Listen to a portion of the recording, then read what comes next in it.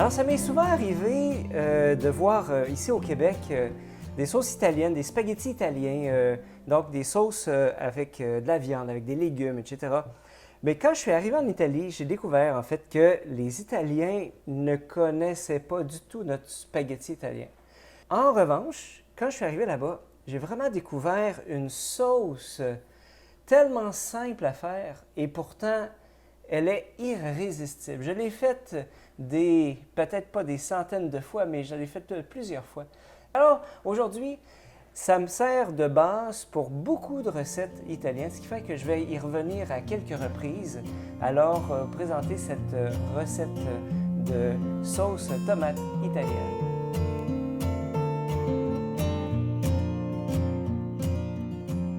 Pour notre recette aujourd'hui, vous aurez besoin de fromage Parmigiano Reggiano, c'est du parmesan, 50 ml d'huile d'olive.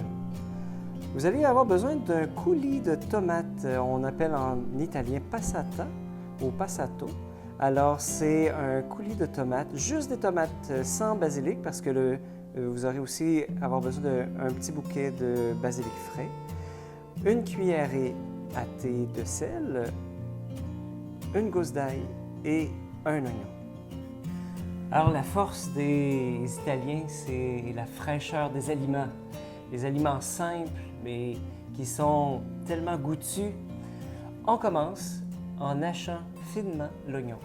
Alors une fois que l'oignon est épluché, on peut le couper en deux.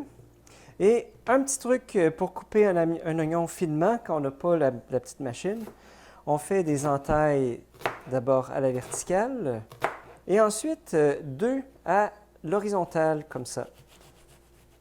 Voilà, on y va, on est capable d'hacher finement.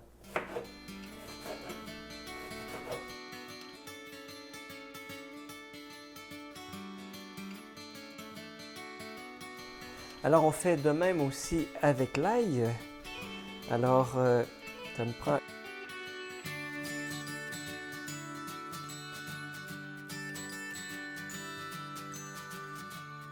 Alors, à ce point-ci, vous allez avoir besoin d'un chaudron. Vous mettez le feu à médium fort et à ce moment-là, on va mettre l'huile.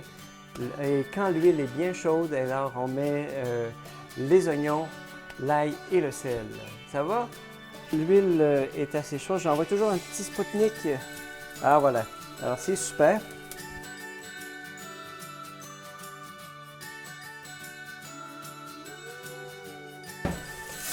On mélange jusqu'à ce que ça ait un petit peu doré. On peut baisser à médium quand c'est bien saisi. On fait revenir comme ça les oignons pendant 1 minute, pas plus.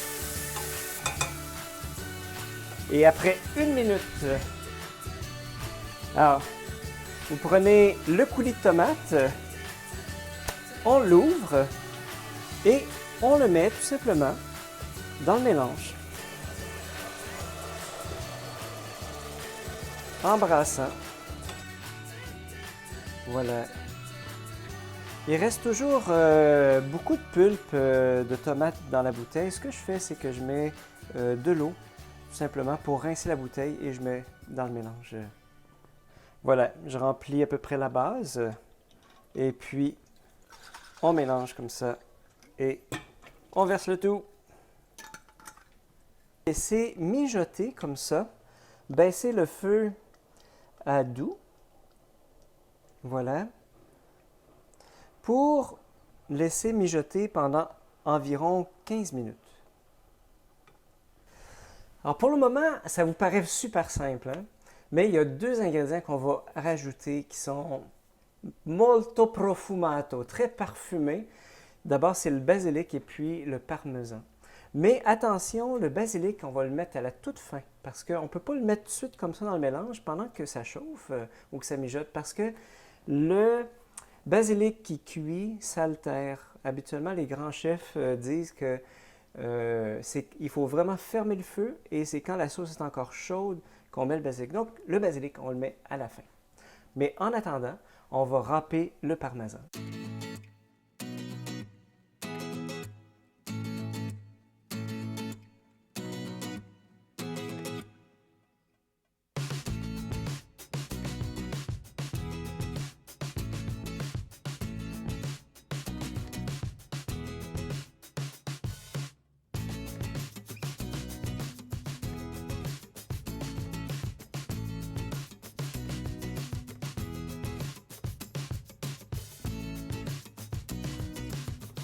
Alors maintenant, c'est le moment magique de prendre... Écoutez, on prend à peu près les 4/5 du fromage et on les dépose comme ça dans le mélange, dans la sauce tomate et on mélange comme ça. Voilà, jusqu'à ce que le fromage parmesan se soit bien homogénéisé là, au tout. Vous voyez, ça fait une belle sauce là et ça sent bon. Alors, j'ai mis le fromage 15 minutes après avoir fait mijoter la sauce tomate. Alors, je retire le chaudron du feu, voilà, pour le laisser reposer. Et donc, j'ai ici mon basilic. Je me réserve quelques feuilles simplement pour la décoration. Hop, voilà, hop, et hop. On peut les mettre de côté. Et le basilic, on le met simplement comme ça dans le mélange. On va pendant 10 minutes. Voilà. Et on pourra le retirer. Entre-temps, on peut goûter le mélange et rectifier l'assaisonnement. Donc, si on veut que ça goûte plus salé, alors on peut rajouter un peu de sel. Voilà. Voilà, après avoir laissé infuser le basilic dans la sauce tomate pendant une dizaine de minutes, notre sauce, techniquement, elle est prête. Elle est prête pour plusieurs usages. Donc, ça peut être pour faire des pâtes en utilisant comme tel. Les enfants aiment énormément. Ça peut être aussi pour rajouter des éléments. Alors, en Italie, on peut rajouter de la crème, par exemple, pour faire une sauce rosée, d'autres types de fromages. On peut aussi faire griller des poivrons, rôtir des poivrons rouges, en ôter la peau, les blender, les malaxer avec la sauce rouge. Et donc, ça donne une petite saveur vraiment italienne qui est très, très bonne. Ou on peut mettre de la viande hachée, des légumes, voilà, pour y mettre un petit peu notre touche québécoise. Alors, c'est vraiment à votre convenance. Moi, je vais l'utiliser dans une prochaine recette pour la parmigiana d'aubergine. Alors, ça sera la base qui va nous servir pour faire... donc, c'est un gratin d'aubergine à l'italienne. C'est vraiment, vraiment bon. Ça ressemble à une lasagne, mais avec des tranches d'aubergine. Voilà.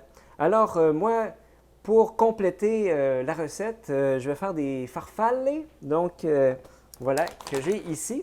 Farfalle, en italien, ça veut dire papillon. Donc, c'est des pâtes en forme de papillon.